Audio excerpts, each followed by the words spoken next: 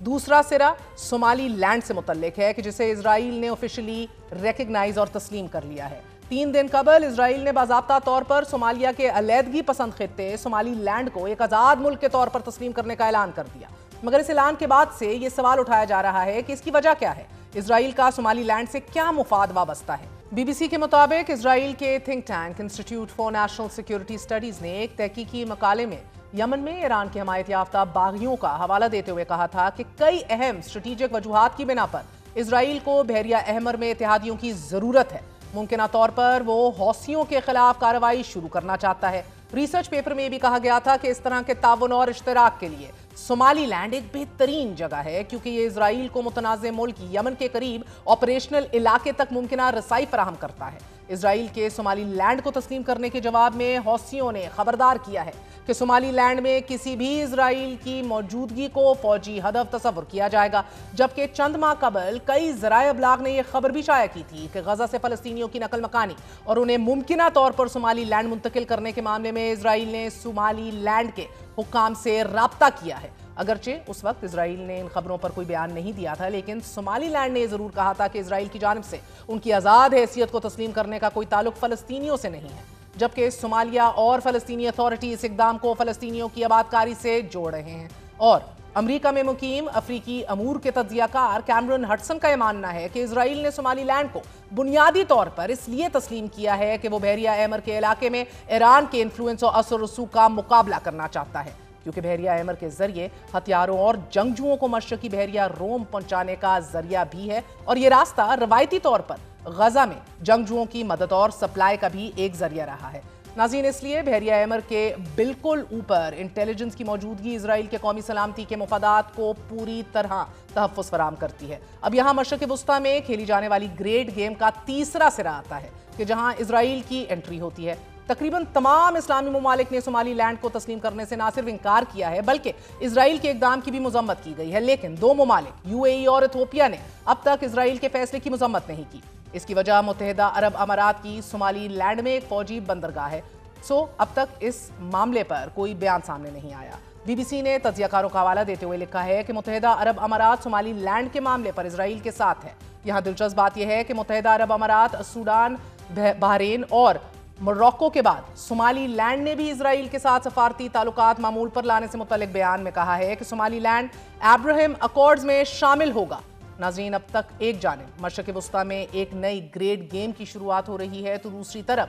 اس کھیل کے اہم ترین کردار نیتن یاہو کی امریکی صدر ڈونلڈ ٹرمپ سے ملاقات ہوئی ہے کہ جہاں غزہ کی نازک ترین جنگ بندی منصوبے کے اگلے مرحلے کی جانب پیش رفت کے لیے اہم بات چیت ہونا تھی، مگر صدر ٹرمپ نے اسرائیلی وزیر اعظم کو جنگ بندی معاہدے کی خلاف ورزیوں پر مورد الزام ٹھہرانے کی بجائے ایران کو دھمکیاں دینا شروع کر دی ہیں۔ ٹرمپ اور نیتن یاہو کے درمیان ہونے والی ملاقات سے متعلق سی این این نے اپنے تجزیے میں لکھا ہے کہ ملاقات غزہ امن منصوبے سے متعلق بے نتیجہ رہی، نہ تو منصوبے میں کوئی پیش رفت ہوئی ہے اور نہ ہی خطے میں امن آ پایا ہے۔ سی این این نے ملاقات کا احاطہ کرتے ہوئے اپنے 4 ٹیک آؤٹس میں یہ لکھا ہے کہ ملاقات میں خوشامد غالب رہی، غزہ میں دوسرا مرحلہ کب شروع ہوگا کسی کو معلوم نہیں۔ ملاقات میں شاید صرف ایران موضوع بحث رہا، کیونکہ صرف ایران کو ہی دھمکیاں دی گئیں، اور چوتھا نیتن یاہو کی سفارتکاری کا صرف ایک ہی مقصد ہے کہ ٹرمپ کی نظر میں رہیں۔ مشرق وسطیٰ میں کھیلی جانے والی گریڈ گیم آہستہ آہستہ اپنی پینکل کی جانب گامزن ہے ناظرین، جبکہ اس کھیل کا براہ راست اثر پاکستان پر بھی ہوگا،